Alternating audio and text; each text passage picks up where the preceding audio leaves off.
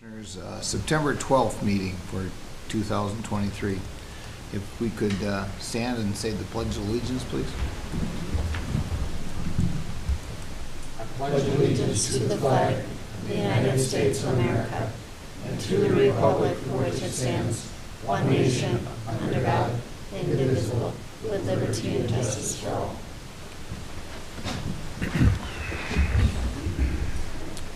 We have our agenda review, Bob. Mr. Chair, there are no changes to the agenda today. I'll move the agenda. Second. Got a motion and a second. Any discussion? All in favor say aye. Aye. Opposed the same. Passes. We'll move on. Mr. Ryan Henniker, if you want to step up, we got County Ditch 26 to set a hearing. Morning, Ryan. Morning.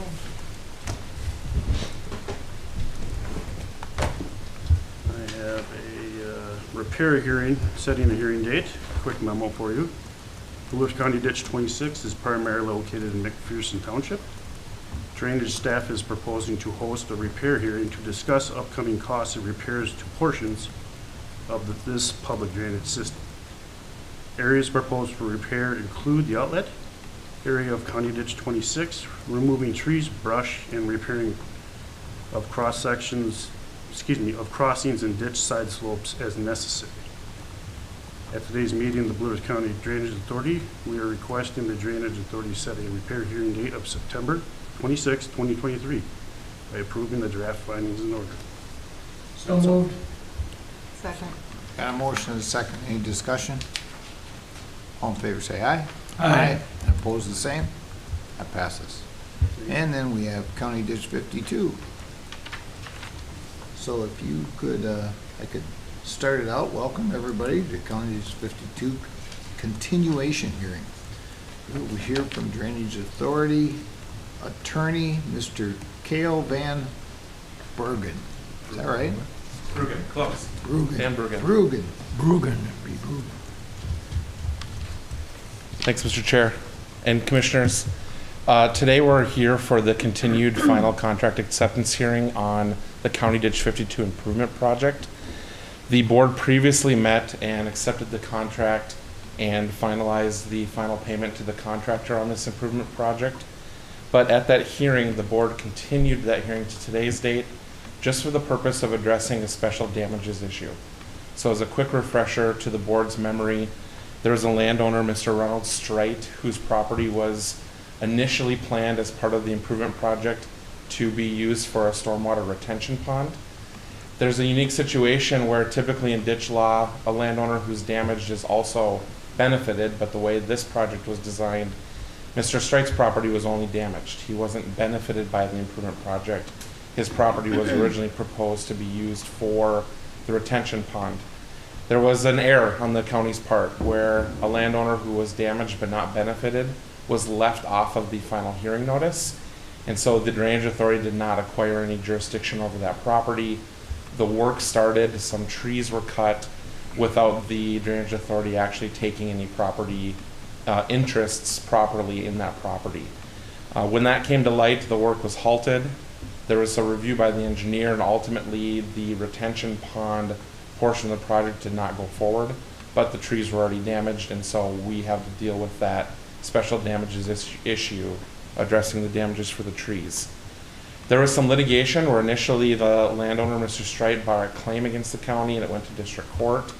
We moved to dismiss that case by summary judgment, arguing that although the proper drainage code procedures weren't followed, that it was a damage that was caused in the intended plan of furthering the improvement project, and so the damages needed to happen in front of the Drainage Authority Board first under the drainage code before there could be any appeal to district court. The judge agreed with that, and so this board appointed a viewer to make a recommendation to you about the value of the damages to the property. That viewer, his name is Ron Rehnquist. He's here today, so you're going to hear a brief overview of his report. Following that, the Drainage Code requires that there be an opportunity for any public comments and questions. And then following that, when all the public comments and questions have been put into the record, then the board will deliberate and make a final decision on that damages award.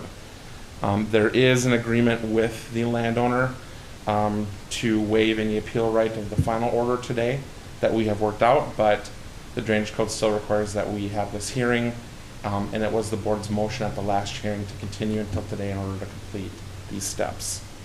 So with that, Mr. Chairman, are there any questions from you or the board for me about procedure or background before we move on to Mr. Rehnquist? Thank you. Thank you, Cal, for that explanation for today's continuance hearing. We will now have viewer Ron Rehnquist give his report on damages pertaining to this proceedings. Ron. Thank you, Mr. Chairman, Board. As I was not one of the viewers that did the redetermination or the determination of the improvement benefits, I did consult with the viewers that were appointed at that time and had some knowledge, but not specific knowledge of the benefits and damages. It's my understanding that, yes, the error was made. There were damages and a proposed pond as a alternate put in within, as an option put in with the engineer's report, and the property was not listed specifically as receiving damages from the proposed tile improvement itself. It was from the pond that was an option, and so no damages were granted by the viewers at that time. So I was requested to look at specific damages to this property. I looked at the property physically and talked with and consulted with the engineer and Ryan as to what the conditions were before and after, because I had not made specific observations of the property before the trees were removed or after. I did look afterwards. The property had been, any damage had been restored, reseeded, but yes, the trees were missing. That was obvious on the historic photos. The trees that were there were in an area that was not cropland and appeared not to have been used as hay or pasture land for multiple years. It was north of Rice Creek and didn't have any direct access for the landowner himself. His tillable acres in his house are south of the creek, so I made no adjustment to the value of either the tillable or the residential property that are part of his 80-acre tract. When I looked at the impact of that property, I compared it with other sales of mixed-use recreational type of properties within Blue Earth County. I have done historically a number of right-of-way claims for pipelines and roads where it does affect woods and different types of properties, so I relied on some of that experience in looking at what impact removing a few trees from a mixed-use recreational piece of property would really have, and came up that no willing buyer that I could see would distinguish the value of the property differently because it was missing one big maple tree that was in question and maybe a few smaller box elders. So I thought there was no long-term property value, so any values that were lost were really the value of the tree in itself. It was not a landscape tree, it was just a volunteer maple that had been growing for 20 or 30 years. Nobody could tell me exactly how tall, how big, the diameter, or what it was, but I looked at it as having a value mostly for firewood because it wasn't big enough for lumber or construction timber for maple at all. So because nobody could tell me exactly how big it was, I estimated and made the assumption that it would be between 1 and 2 cords of firewood. And if it was a good maple, which I don't know, it may have gone for as much as $250 per cord for firewood. If that's not including labor, but if the owner was going to use it for his own purposes, he would have to acquire that wood someplace else once it was removed. And so I used $250 a cord for the value of the firewood, between 1 to 2 cords, and said it would be between $250 and $500 worth of damages. Not knowing, I said that I would recommend that the board allow damages of $500 for the loss of the value of the one tree. The box elders in themselves have no value because, well, I suppose people could burn them, but they've got no marketable value as firewood. Okay. Thank you very much. Thank you.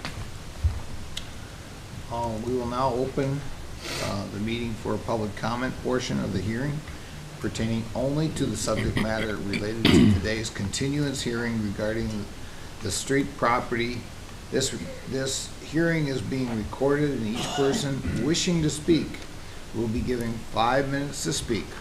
I will ask the county administrator to keep time and provide a 1-minute notice. Is there anyone who wishes to provide comment on County Road 52, or County Ditch 52? Anyone wishing to provide comment on CD 52? And for the last time, anybody wishing to comment on CD 52? All right. If not, I would like to bring this matter back to the board at this time. Is there any other discussion or questions from the board for Ryan or the attorney?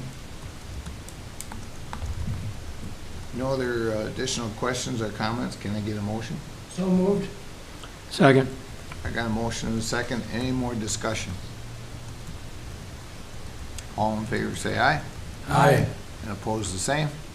That passes. Thank you very much. Thank you. Thank you. All right. And now we will go to Public Works. Ryan? Good morning, Commissioners. Morning, Ryan. How are you this morning?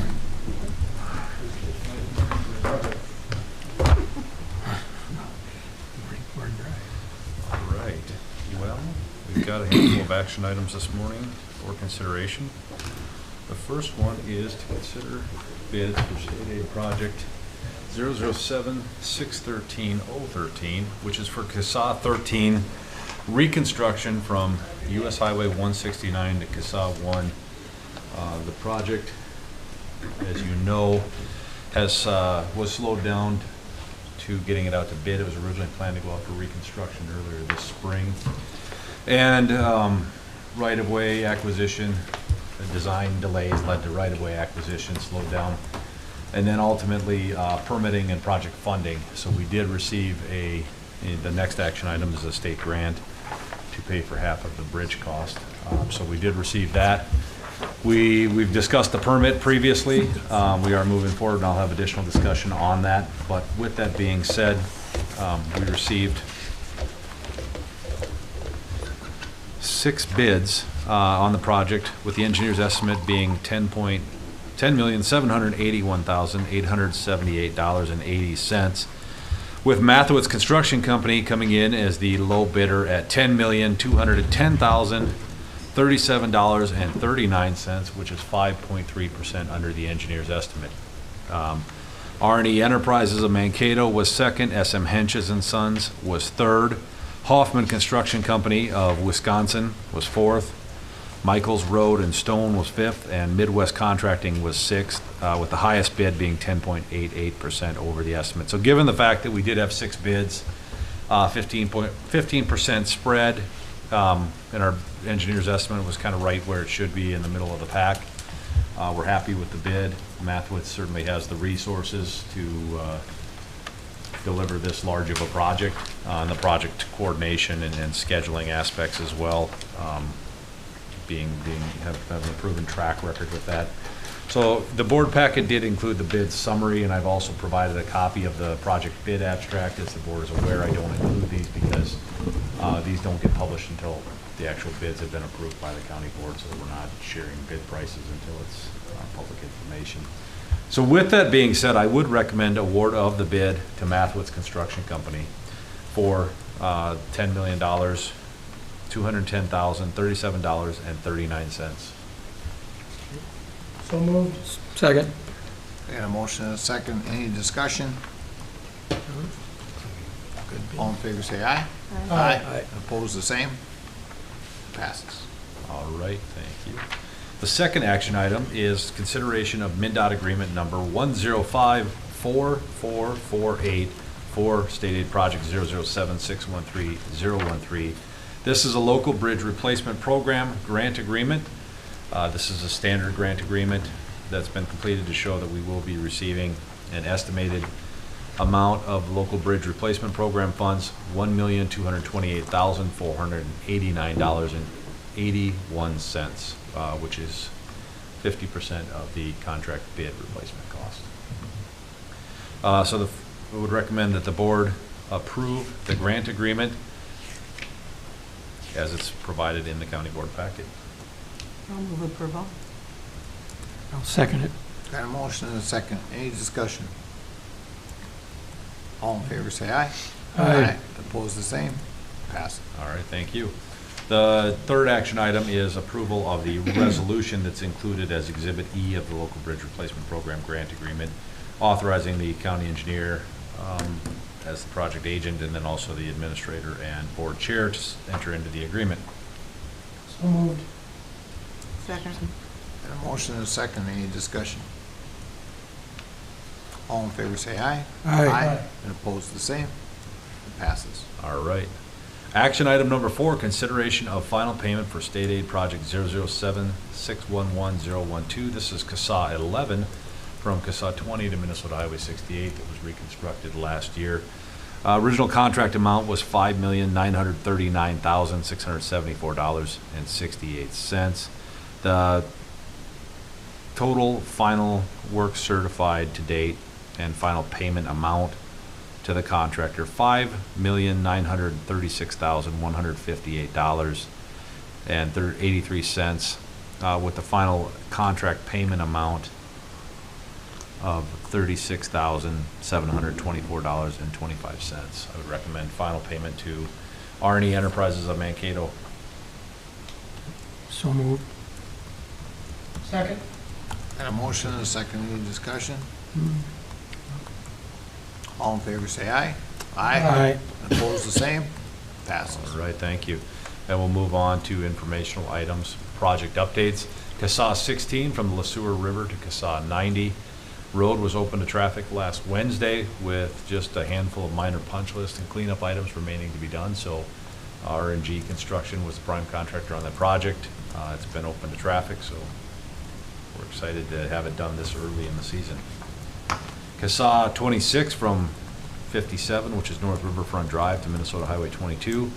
Minnesota Paving and Materials continues to work from the west to the east, working both the large storm sewer pipe and the road section itself. The road should have the pipe, the sand, and the actual Class 5 aggregate base up to grade from Riverfront Drive to Wood Drive, which is the west entrance to the trailer park on the north side of the road, by the end of this week. So they are behind schedule by about a month right now. So we've made the contractor fully aware of that, and I think we've got enough time padded in for them to still get it done this year.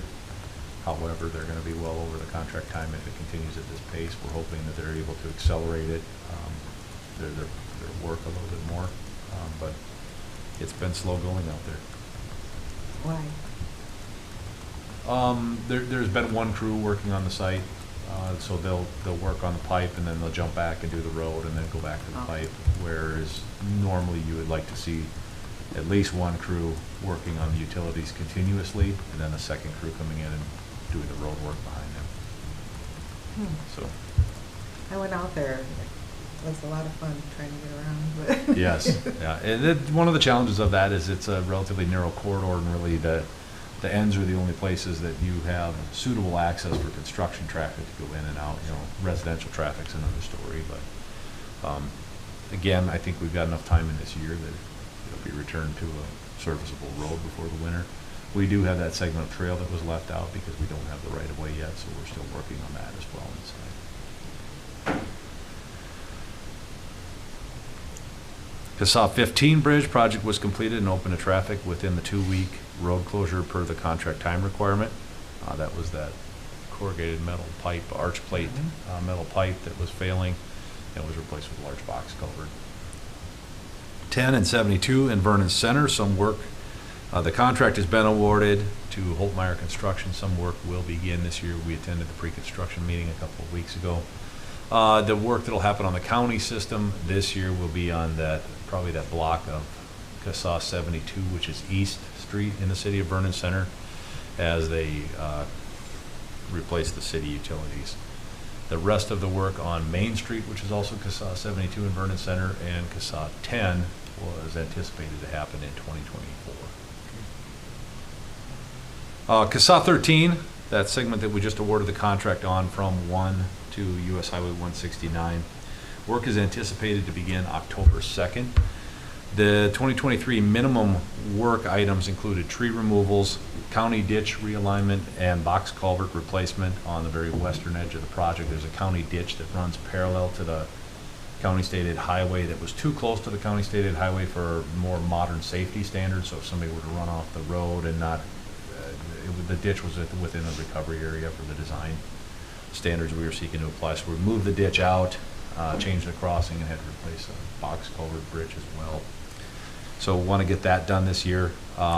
What time of year can they remove the trees on that? Well, on this one, because we have the core permit did not have any stipulations in it, that work was covered under the core permit, so we can do it in October. Normally, though, I think for your point, we would have to wait until November 1st. However, in this circumstance, they can start that work right away. Okay. Also placing the embankment fill construction in the wetland areas that were to be mitigated under the core permit, so we want to get that done under the current permit while it's still valid and within its grace period. And then the contractor did inform us that they want to perform bridge removal right away. So we are working on a notification letter to send out to the residents. That wasn't what we had originally planned. However, given the permit constraints that we have on the project, especially with respect to the core permit and working within the river, in an ideal world, knock on wood, we would love to see the contractor get all of the permitted work done before the permit expiration date in February, so it wouldn't have to be re-verified. If that does not happen, the permit will have to be re-verified, and we've already started that work with the Army Corps and the Minnesota Pollution Control Agency. So we did receive the Corps' permission to move forward with the project under the existing permit, knowing that elements of it would have to be re-verified depending on which work items are left as of the deadline for the permit. So, Yes, Kevin. Yes, sir. Just to go back on the bridge on 13, work begins October 2nd. Do we have an estimated date, what date the bridge would be closed? Just looking at the letter that just went out. I mean, really, I think we said as of October 2 days 2nd. We after don't, no, yeah, it Corn won't be. harvest would be perfect. Right. I can get that to you, Kevin. I can send you this letter as well. I mean, I don't know if that starts exactly at the same time or I don't working think, more on ditch 78. we haven't had the pre-construction meeting yet with the contractor, so we don't have a definitive schedule. They just said that they want to, what their conversation with Stefan was, is we want to, and we'll certainly bring that up, but they want to start October 2nd as their planned start date, and they plan to take the bridge out. But, yeah, what date would you throw out as far as October I 15th, guess- or? Yeah, it'll probably start raining now for that. And maybe just ask this, and I guess I haven't been involved in this as much as ditches. There really are no landowner meetings or pre-meeting or anything like yours in the ditch project. There there- generally hasn't been, because we have the design meeting up front, and then our right-of-way agent meets with them through the process. So again, that's why we do have a letter, and I will make a note to get you a copy of this as well. Would the whole board like it, or just Commissioner Papp? It's your district, obviously. And well, we can forward my calls to all of you. I don't. No, then you just have I it. don't need it, so You just take care of it. send it to Kevin. I mean, obviously, like. Communication is gonna be key with Yep. the fall harvest, that's the. Absolutely. That's, but I certainly understand Commissioner Papp's Yep, concern, because we have to wholeheartedly. be concerned on harvest. And we've discussed this ahead of time too, and I really appreciate Commissioner Papp's feedback on this with respect to the unanticipated detour and people having to go different routes over the course of the winter. However, with all of the circumstances we have on this big of a project and a large bridge replacement, I think it is advantageous for the contractor to take it out now, and if they can get the pier in the middle of the river and the abutments up and out of the water before the spring, because if all of a sudden now, if we get flood conditions in the spring, it makes delivering the project next year very challenging. So it's wise to Yes. time it that way. And I agree 100%. I mean, the fact that if we can close that now, we've still got Vernon Center open on 10, not doing anything until next year. It gives us a, not perfect options, but much better options. Absolutely.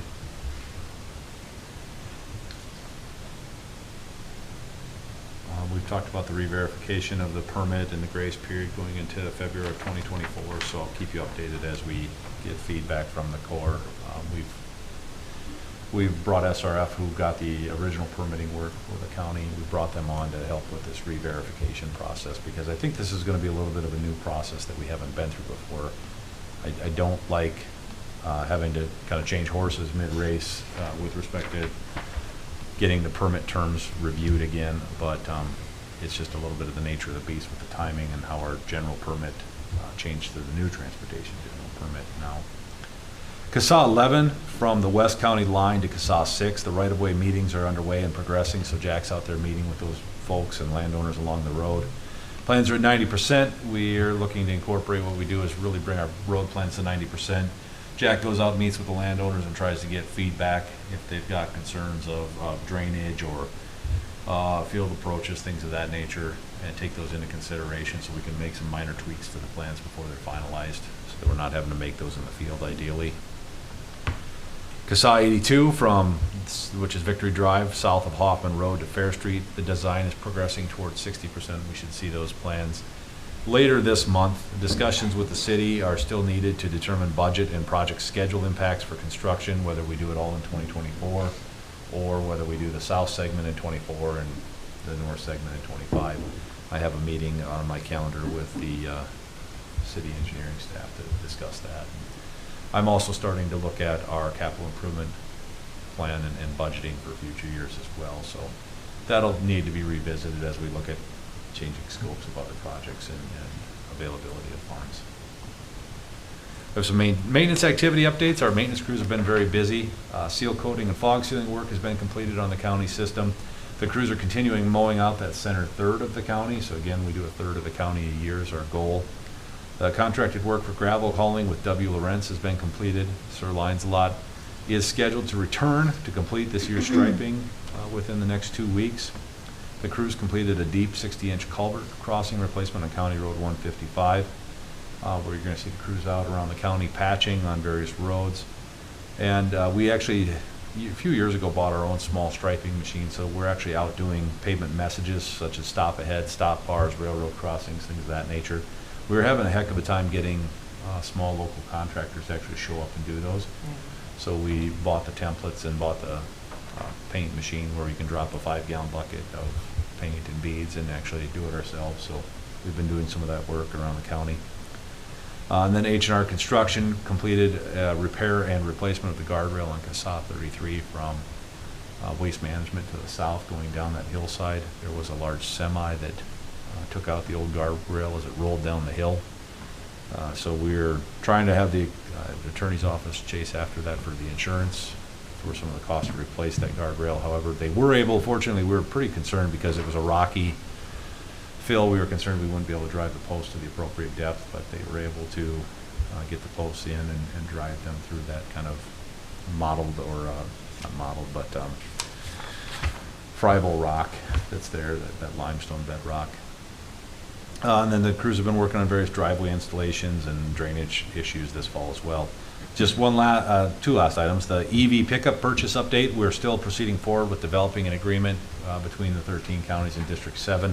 Right now, we're trying to break the grant into 2 separate grants. So one to Cottonwood County and one to Blue Earth County, where one of us would buy 6 trucks and the other would buy 7. Twofold. First, because the dealerships have told us that their ability to order 6 or 7 trucks is likely a stretch. They only get a certain allotment of pickups.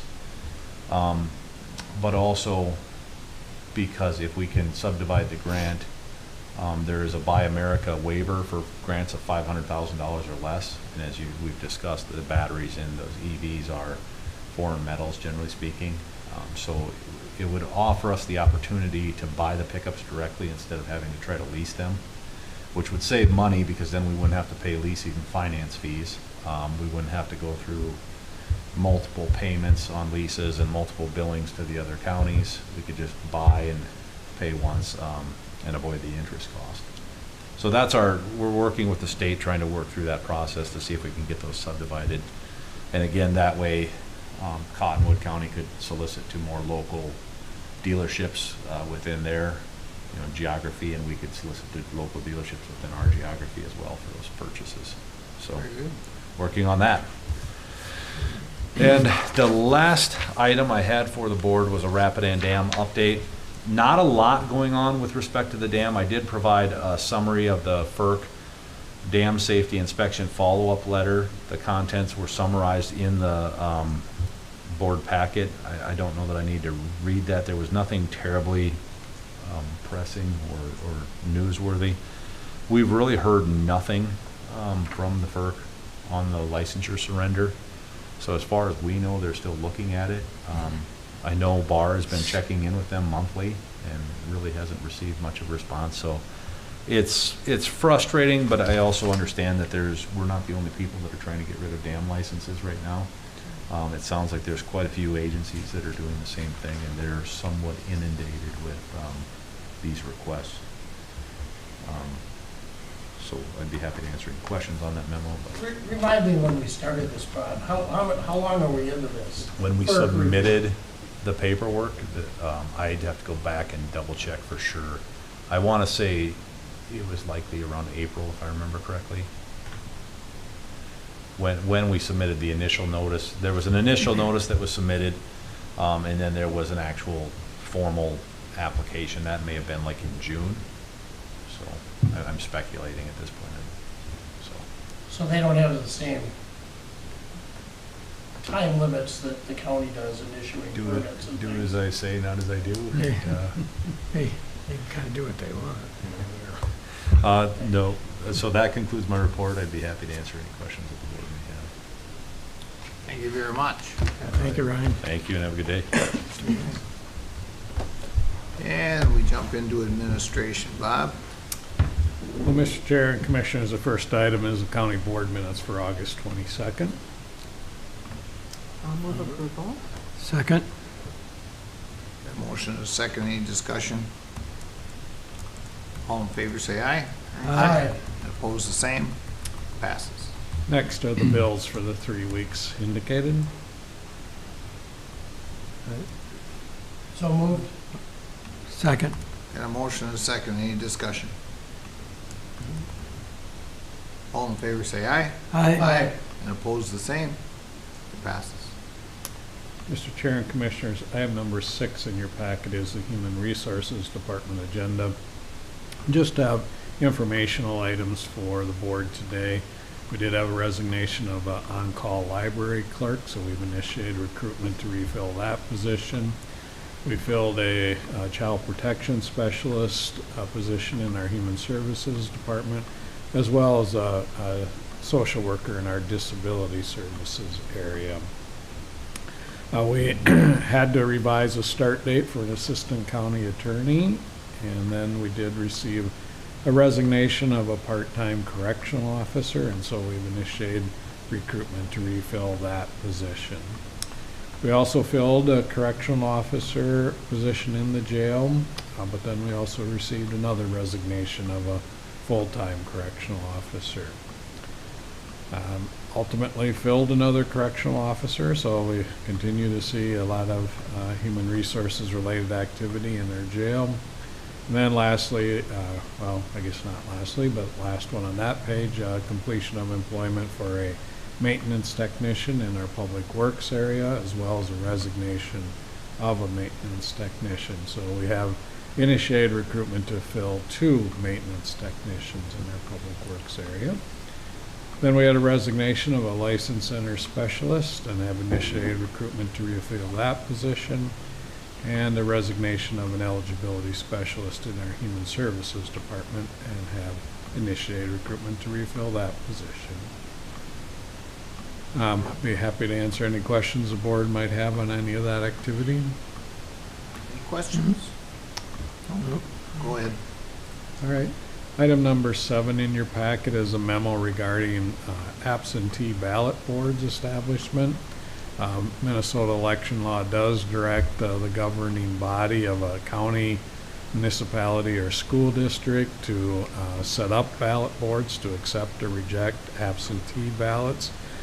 We're doing this as a result of the school district's plan to hold an election for a referendum, and so this is probably maybe a little bit of overkill because it technically is the school district's election, but since they've contracted with the county to operate or manage the election, we felt it necessary to make sure we had these absentee ballot boards established. And so we're establishing the absentee ballot board as well as the uniformed and overseas citizens absentee voting related to military duty status voters. And so recommending board approval today of a resolution that would establish the ballot boards. I'll move that. I'll second. Got a motion and a second. Any discussion? All in favor say aye. Aye. Opposed the same. Passes. Mr. Chair and Commissioners, item number 8 in your packet is the statistics from the Office of the County Attorney. County Attorney McDermott was unable to be with us today and asked that we continue to have his report in the packet. So unless Jonathan has been tasked with providing any information to the board, I just bring it forward for your review. Jonathan, you want to enlighten us any, or? I'll defer. Okay. And then item number 9 in your packet is the financial status report for August 31st. You'll see that our total revenue is sitting at about $72.5 million compared to expenses of just under $70 million. So we're running a little ahead with revenue exceeding expenses at this point in the year. Some items that I might draw your attention to is our state and federal revenues. While down from last year, they are running strong compared to our budget. So I had previously reported that our human service revenues had been a little lagging, but they seem to have caught up a little bit, so I'm happy to report that today. Our interest on investments is another area where we see a pretty dramatic change from prior years. It's obviously reflective of some of the market conditions, and so we are seeing some return in our investments this year. On the expense side of things, I've previously shared with the board that our personal services, our wages and benefits are up quite a bit from a prior year. Some of that is timing of payroll, so it looks a little expanded from last year. At this point in the year, I think you'll see that moderate a little bit in the next month's report, but certainly our class and comp study impact is showing up.